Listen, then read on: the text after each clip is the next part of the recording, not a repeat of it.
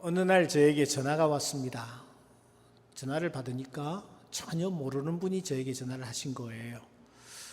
그래서 누구시냐고 물으니 이분이 어떤 교회 장로님이시라는 겁니다. 그 장로님께서 이렇게 말씀했습니다. 목사님은 저를 잘 모르시지만 저는 목사님을 참 잘 알고 있습니다. 어떻게 저를 잘 아세요? 하니까 이분이 매주일 아침 10시에 제 설교가 TV로 방영이 되는데 꼭 부인과 함께 그 TV 설교를 시청하고 난 뒤에 본교회로 예배드리기 위해서 간다라는 겁니다.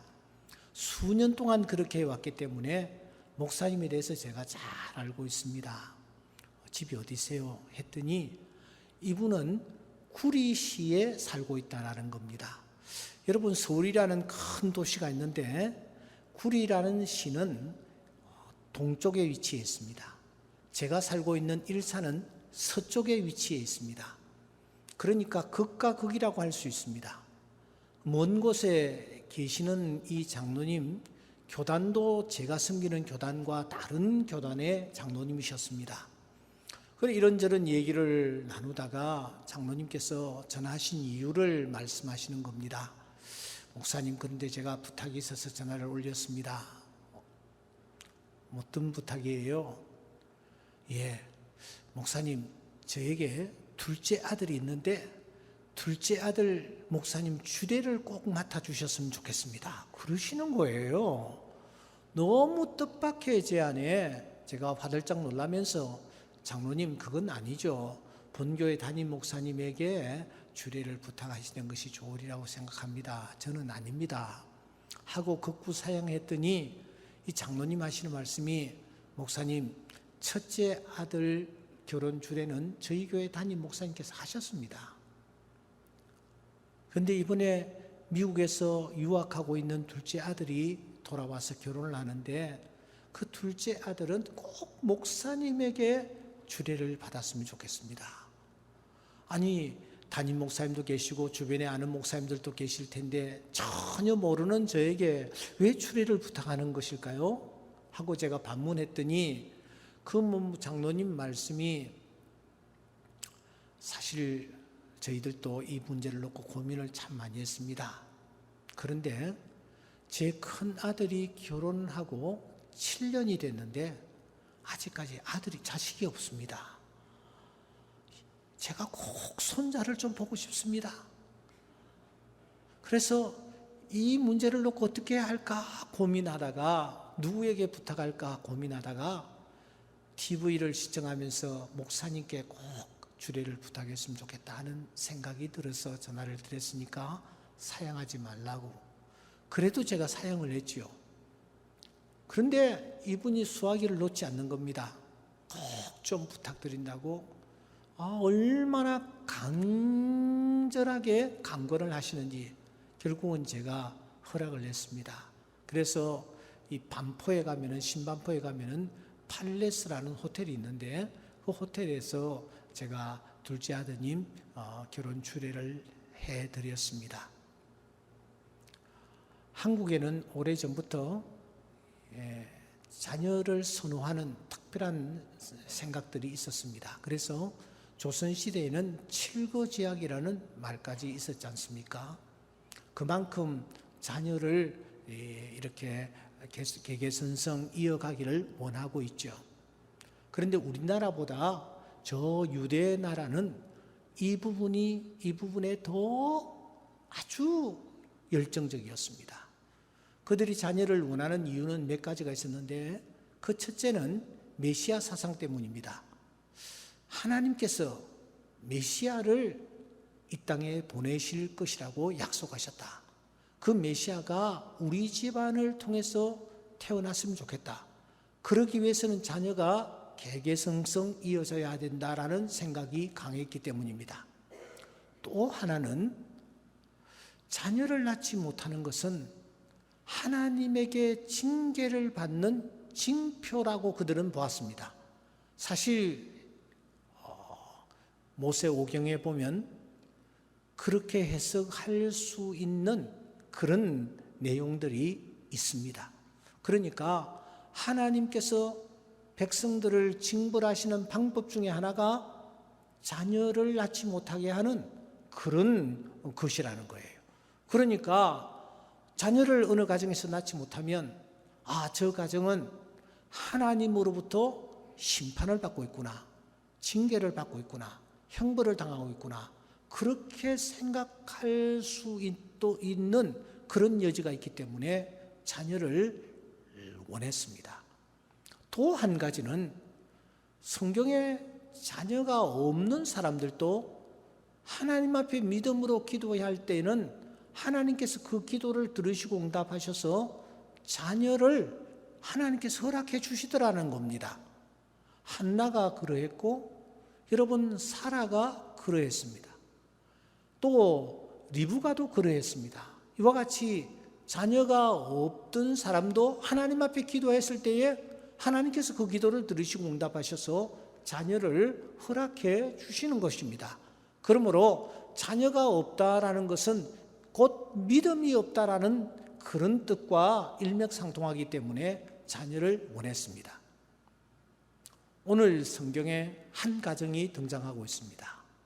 신랑의 이름은 사가랴요, 신부의 이름은 엘리사벳입니다.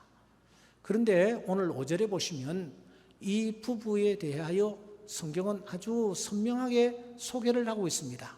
사가랴가 어떤 사람이냐? 1등 신랑감이었다고. 여기 아비야 바녀리라는 말이 나오는데 아론의 후손들이 이제 많이 이렇게 번식하면서 반열이 생겼습니다. 24반열이 생겼는데 그 중에 이 아비야 반열이라는 반열은 가장 명문가 반열을 뜻합니다. 그러니까 이 사가랴라는 사람은 최고의 신랑감임을 알 수 있습니다. 여러분, 그 부인되는 엘리사벳은 또 어떤 사람입니까? 역시 아론의 자손이라고 소개하고 있습니다. 똑같은 혈통을 가진 최고의 선남선녀가 만났습니다. 그러니까 이 두 사람의 결혼식은 아마 그 당시에 센세이션을 일으켰을 거예요. 모든 처녀들이 부러워하며 나도 저런 신랑감을 만났으면 좋겠다. 모든 총각들이 선망의 눈으로 바라보며 나도 저런 섹시를 만났으면 좋겠다 라고 생각할 정도로 아주 최고의 한 커플이 지금 탄생된 것입니다. 그런데 이 부부는 최고의 명문가 출신이었을 뿐만 아니라 이들은 하나님 앞에서 아주 성결하고 의롭게 흠이 없이 살아가더라. 6절에 그렇게 말씀하고 있습니다. 하나님 앞에서 의인이다 라고 말하고 있습니다. 성경에서 하나님 앞에서 의인이다라는 표현은 아주 유일한 표현입니다. 요셉도 의인이었고 욥도 의인이었지만 그냥 의인이라고 표현하고 있지 하나님 앞에서 의인이라고 말하고 있지 않습니다. 그런데 이 사가랴와 엘리사벳은 하나님 앞에서 코람데오 하나님 앞에서 의인일 정도로 아주 성결하게 조금도 흠이 없이 하루하루 살아가는 믿음의 사람들이었습니다. 그렇다면 여러분 7절은 이렇게 기록되어야 합니다. 그래서 이 사가랴와 엘리사벳은 훌륭한 자녀들을 낳고 아주 행복하게 잘 살았더라. 그렇게 7절이 기록되어져야 여러분 문맥이 맞는 거예요. 그런데 여러분 7절은 어떻게 기록되어 있습니까? 정반대로 기록되어 있습니다. 엘리사벳이 잉태를 못한다. 그들에게 자식이 없었다. 두 사람의 나이가 점점 많아졌더라. 그렇게 기록을 하고 있는 것입니다. 이것은 충격이 아닐 수가 없습니다. 하나님 앞에서 의롭게 살고 하나님 앞에서 최선을 다하여 살았으면 그 삶이 하나님 앞에서 큰 축복이 되어야 하며 하나님이 그런 사람들을 복 빌어주신다라는 내용으로 채워져야 되는데 정반대의 내용이 기록되어 있는 것입니다. 처음에는 아마 이 부부도 자녀 생기겠지, 하나님께서 자녀 주시겠지, 당연히 주시겠지 그렇게 생각하고 하루하루 살았을 것 같아요. 그런데 여러분, 나이가 점점 들어가는 거야. 나이가 점점 들어가는 거예요. 그러니까 마음이 점점 초조해지기 시작했습니다. 나이가 많아졌습니다. 18절에 보시면 나이가 엄청나게 많아진 것 같습니다. 그러니까 이 부부는 점점 이 자녀를 낳는 이 부분에 대해서 포기할 수밖에 없는 상황으로 내몰리고 있었습니다. 그러자 동네 사람들이 이 사가랴와 엘리사벳을 향하여 뒤에서 막 수군대기 시작합니다. 뭐라고 수군대는 줄 아십니까? 여러분 36절 잠시 한번 보시면은 36절에 이렇게 말씀하고 있습니다. 임신하지 못한다고 알려진 이가, 이 말은 무슨 말입니까? 그 사가랴와 엘리사벳을 향해서 동네 사람들이 저 집은 임신하지 못하는 집이다. 춘천댁, 청주댁, 전주댁 하는 것처럼 사가랴와 엘리사벳을 무엇이라고 부르느냐 하면은 임신하지 못하는 그 집, 그 부부, 이렇게 공개적으로 얘기를 하는 거예요. 여러분, 그 얘기를 들을 때마다 이 사가랴와 엘리사벳은 어떤 생각이 들었겠습니까? 저 임신하지 못하는, 애 낳지 못하는, 그래, 애 낳지 못하는, 이렇게 얘기를 하는 그런 얘기들을 귓전으로 들을 때마다 이 사가랴와 엘리사벳이 어떤 생각이 들었겠습니까? 임신하지 못한다라는 말은 저 무슨 하나님 앞에 지은 죄가 있나 봐, 그런 얘기잖아요.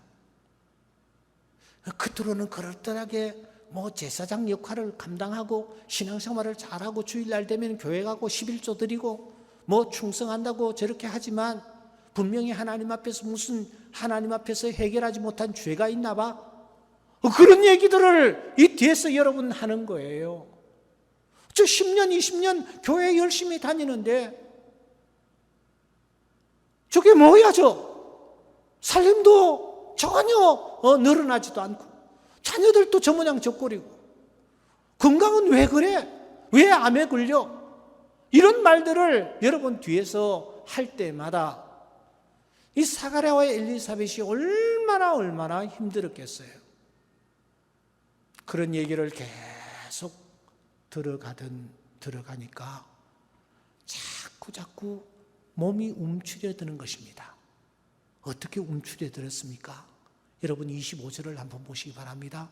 25절에 보시면 이 사가랴와 엘리사벳이 사람들 앞에서 점점 부끄러워지는 거야. 자신이 생기고 가슴을 쫙 펴고 나 교회 다녀, 나 교회 장로야, 나 교회 신앙생활하고 있어, 나 동신교회 나가고 있어, 이렇게 자신 있게 말을 해야 되는데 점점 자꾸 여러분 어깨가 움츠려들면서 신앙생활 하는 것 자체가 점점 부끄러워지는 거예요. 그래서 누군가를 만났습니다. 어디 가니? 나 저쪽에 일이 좀 있어서. 교회 가면서도 그렇게 얘기를 하는 거예요. 자꾸 예수 믿는 것이 부끄러워지는 거예요. 신앙생활 하는 것이 부끄러워진단 말입니다.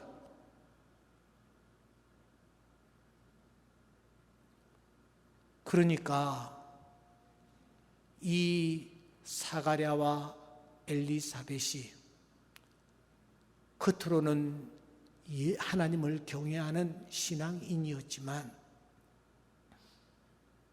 뒤에서 사람들이 자꾸 이들을 놓고 수군대고요.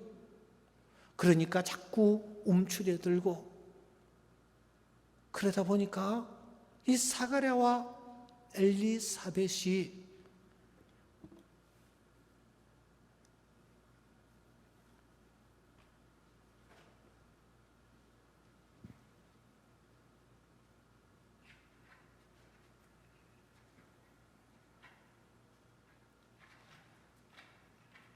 이 사가랴와 엘리사벳의 마음속에 이런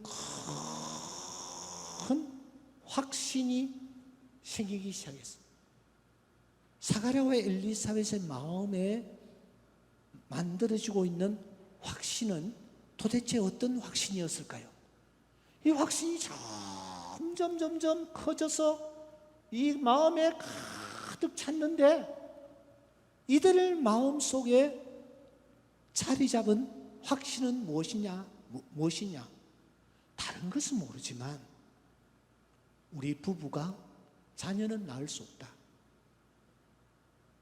우리 부부에게 자녀는 절대로 생기지 않는다 하는 확신이 그들 마음속에 자리 잡기 시작했어요.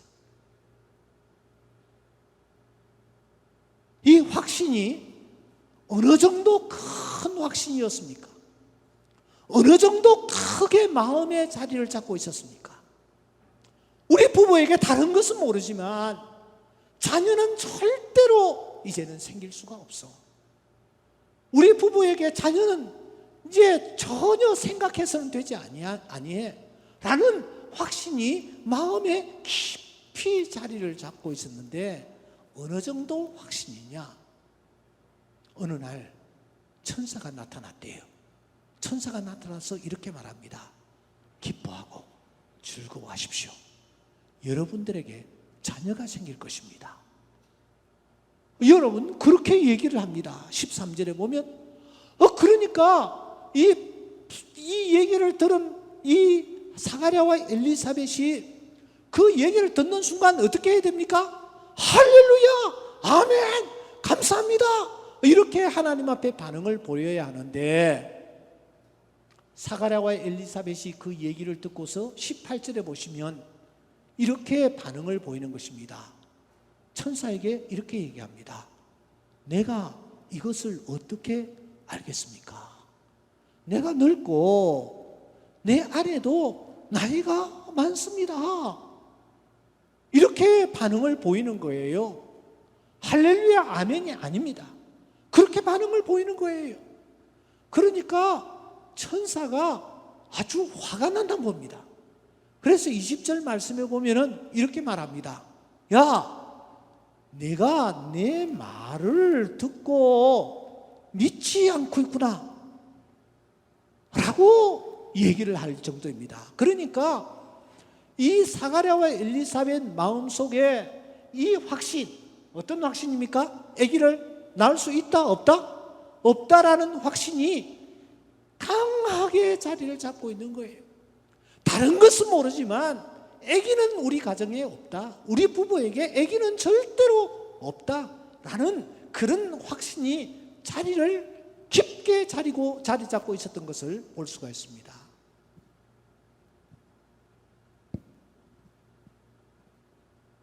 그런데 여러분, 이 큰 확신 사이에 이 조그마한 아멘 할 때까지 조그마한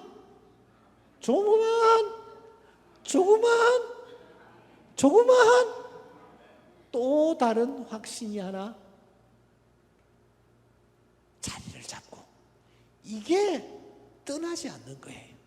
이게 사라지지 않는 거야. 그 확신은 무엇이었습니까? 그 확신이 무엇이었습니까? 다시 여러분 13절을 한번 보시기 바라면은 13절에 이렇게 말하고 있습니다. 따라합시다. 너의 간구함이 들린지라. 한 번 더. 너의 간구함이 들린지라. 이 확신입니다. 이 확신은 어떤 확신입니까? 따라합시다. 그래도 기도는 포기할 수 없잖아. 아멘입니까? 이 사가랴와 엘리사벳이 나이가 점점 들어가는 상황 속에서도 너의 간구함이 들린지라. 사가랴와 엘리사벳이 하나님 앞에 나와 기도하는 겁니다. 간구하는 것입니다. 하나님 앞에 기도하는 것입니다. 기도는 포기하지 않는 것입니다. 그렇다면 여러분, 이 사가랴와 엘리사벳의 이 기도는 어떤 기도입니까? 어떤 기도입니까? 어떤 기도입니까? 첫째, 사가랴와 엘리사벳은 성결하게 살면서 기도하고 있어요. 성결하게 살면서. 두 번째, 사가랴와 엘리사벳은 8절 말씀해 보시면 직무를 행하면서, 다시 말하면 직분을 잘 감당하면서 기도하고 있어요. 9절에 보시면 세 번째로 향단이라는 말이 있습니다. 분향이라는 말이 있습니다. 이것은 예배를 뜻합니다. 예배 드리면서 기도하고 있어요. 네 번째로 이 사가랴와 엘리사벳은 인내하면서 기도하고 있습니다.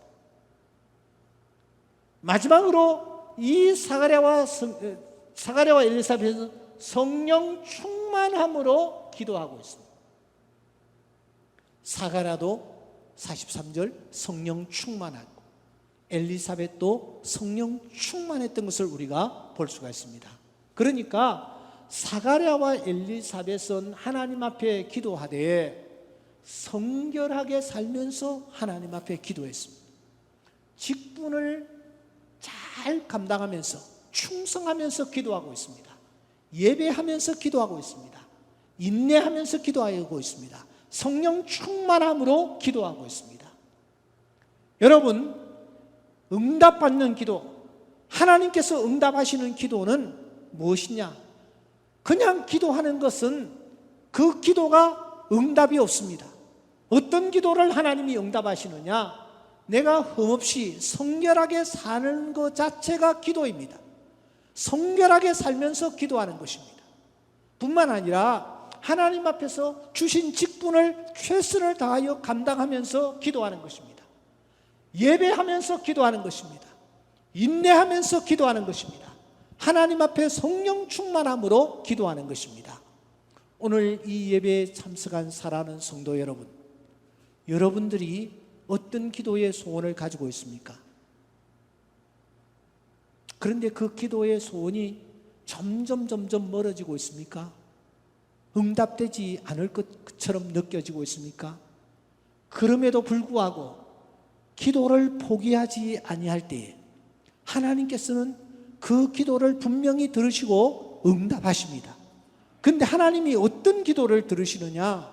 어떤 사람의 기도에 주목하시느냐? 성결하게 사는 것 자체가 기도라고 생각하고 성결하게 살면서 기도하는 것, 하나님께서 들으시고 응답하십니다.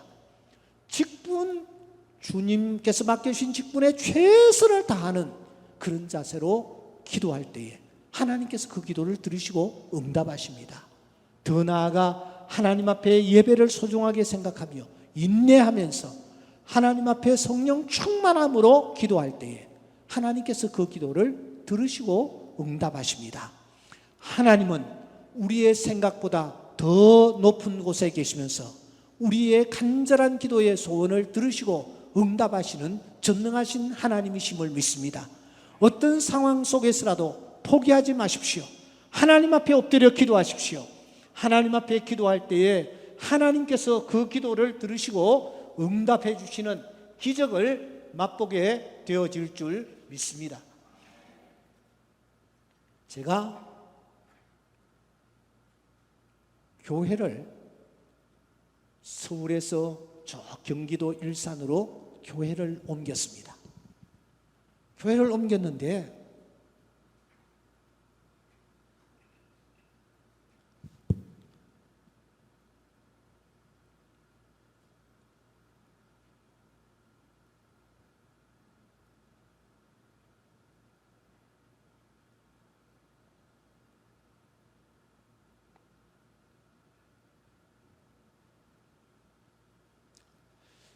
여기에 대로가 있고 여기에도 길이 있고 이것도 길입니다. 이것도 길입니다. 이 대로변이 이렇게 있는데 저희들이 교회 땅을 구입을 한 땅이 이 땅입니다.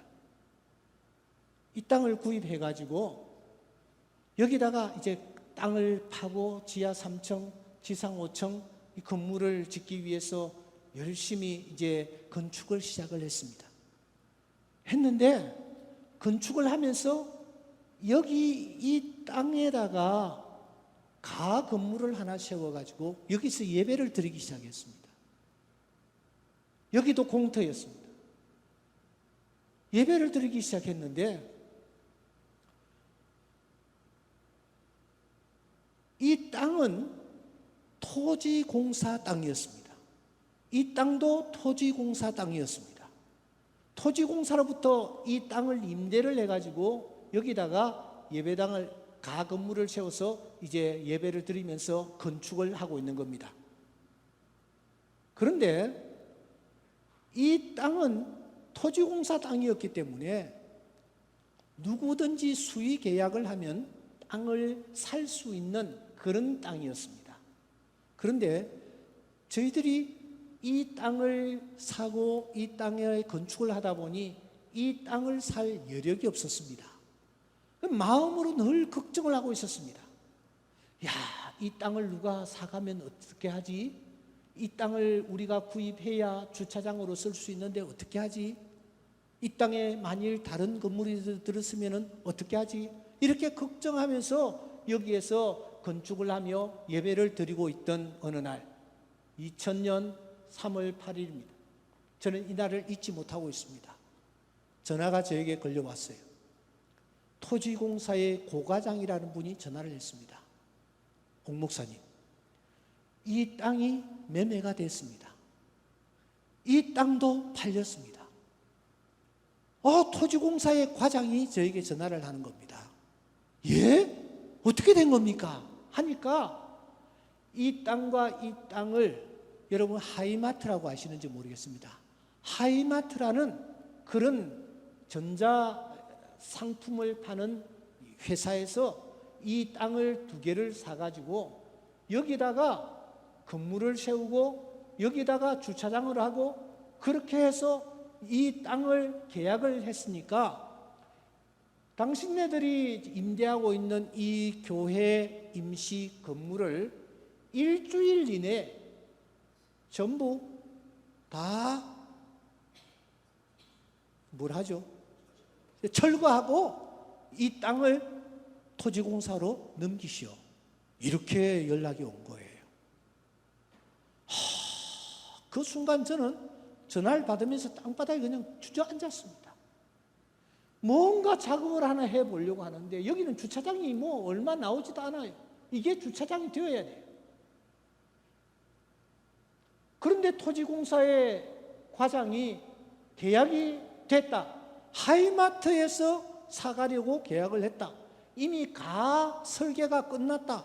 이런 얘기를 듣는 순간 저는 정말 주저앉을 수밖에 없었습니다. 하나님, 이 도대체 어떻게 된 일입니까?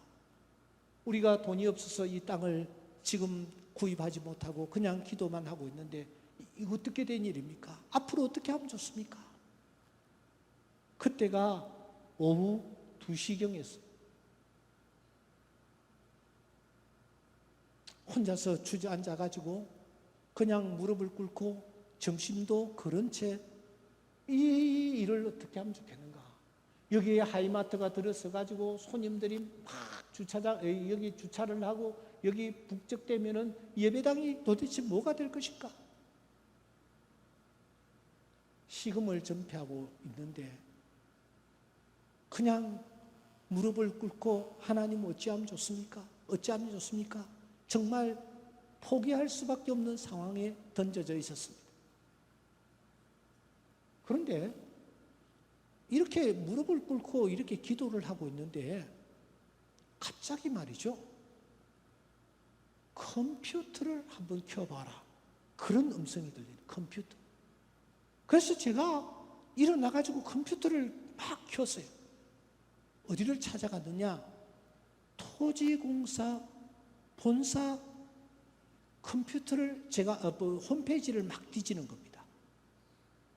그 토지공사 홈페이지에는 전국의 토지공사가 소유하고 있는 땅들이 다 나와 있습니다.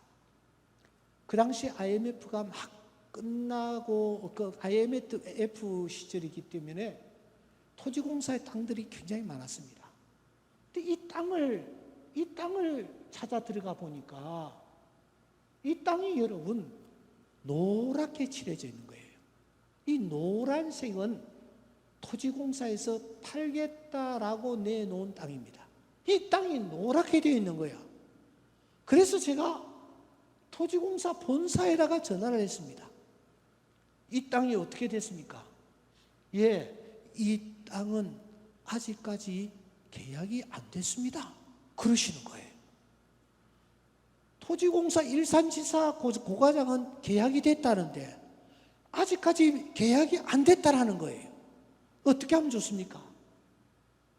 그러니까 이 본사에서 무뚝뚝하게 그거 계약금 걸고 토지공사에 가서 계약하면 됩니다. 그러는 거예요. 그 계약금이 얼마입니까? 하니까 7천만 원이래. 7천만 원 여러분 돈이 있나요? 교회에 돈이 하나도 없는 거예요. 그런데 갑자기 한 장로님이 떠올랐습니다. 그 장로님이 스테트론 코리아 회사를 운영하고 있는 장로님이세요. 그 장로님에게 제가 전화를 했습니다. 김 장로님, 혹시 돈 없습니까? 그랬더니 그분이 하는 얘기가 장로님, 목사님, 마침 지금 굉장히 어려운 때인데 마침 어제 그 물품 대금 7천만 원이 입금된 게 있습니다. 그거 빌려드릴까요? 그러는 거야. 그 장로님 빌려주실 수 있습니까? 빌려드려야 되죠. 그러면 장로님, 지금 이 땅을 계약을 해야 하는데 장로님께서 그 돈을 은행에 가서 빨리 이 구자로 좀 입금을 시켜주십시오. 하고서는 제가 구자 번호를 알려드렸습니다. 그리고 그 장로님이 구자 번호대로 돈을 7천만 원을 입금시켰습니다. 그 입금증을 가지고 일산에 있는 토지공사 지사로 달려갔습니다. 달려가서 문을 박차고 들어가 그 고과장을 찾았습니다. 고과장님, 이 땅 알아보니까 아직까지 정식 계약이 안 됐는데 이 땅 계약하도록 합시다. 그랬더니 이분이 얼굴이 빨개지는 겁니다. 안 돼요, 안 돼요. 그거 계약됐어요. 확인했는데요. 계약됐어요. 했어요. 내가 입금증 가지고 왔으니까 계약합시다. 하니까 이분이 계약서를 쓰지를 못하고 자꾸 바깥을 쳐다보는 거예요. 그러다가 제가 계속해서 다구치니까 이분이 어쩔 수 없이 계약서를 쓰면서 자꾸 쳐다보는 겁니다. 도장을 찍었어요. 그 도장도 안 찍으려고 하는 거예요. 도장을 찍었어요.